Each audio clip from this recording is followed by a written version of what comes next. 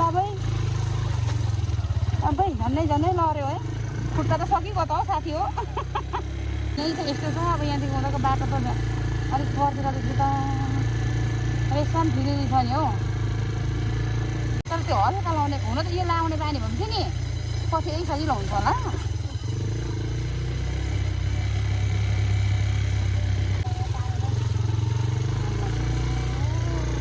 लिचीको बोट क्या राम्रो छ हौ यहाँ। ल है साथीहरू अब चाहिँ अफिसने बाटो नि सिद्धिनै लाग्यो। अब यहाँ परतिरदेखि चाहिँ बाटो टुङ टुङ टुङ टुङ टुङ अफरोड छ। नेपाल चाहिँ जलस्रोतको दोस्रो धनी देश भनेर त्यतिकै भनेको होइन। पानी त खोल्छ त कति छन् हाम्रोमा त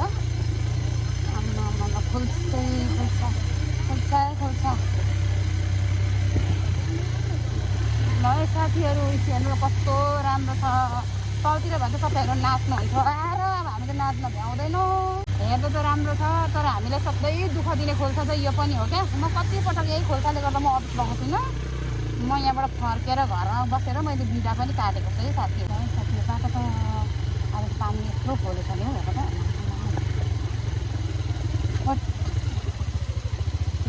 यस्तोमा त खोला त ठुलो रहेछ त अनि साथीहरू जहिले यो खोला ठुलो हुन्छ। आज म तर्न सक्दिनँ, दुईजना जानुपर्ने छ। खोलाको अवस्था यस्तो रहेछ। मेरो भुलो चाहिँ माथि आउँदैछ।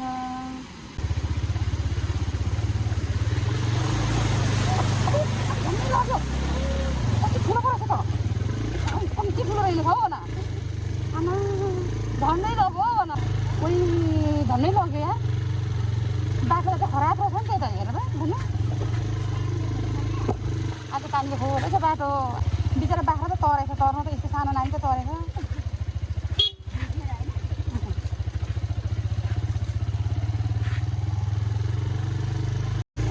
मालटामा पानी चाहिँ कति आउँछ हौ बाटो बिगारेर त्यही माथि।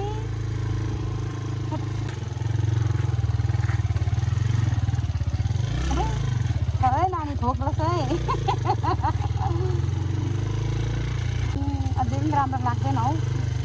हिलो चिजिक छ के भन्नु र।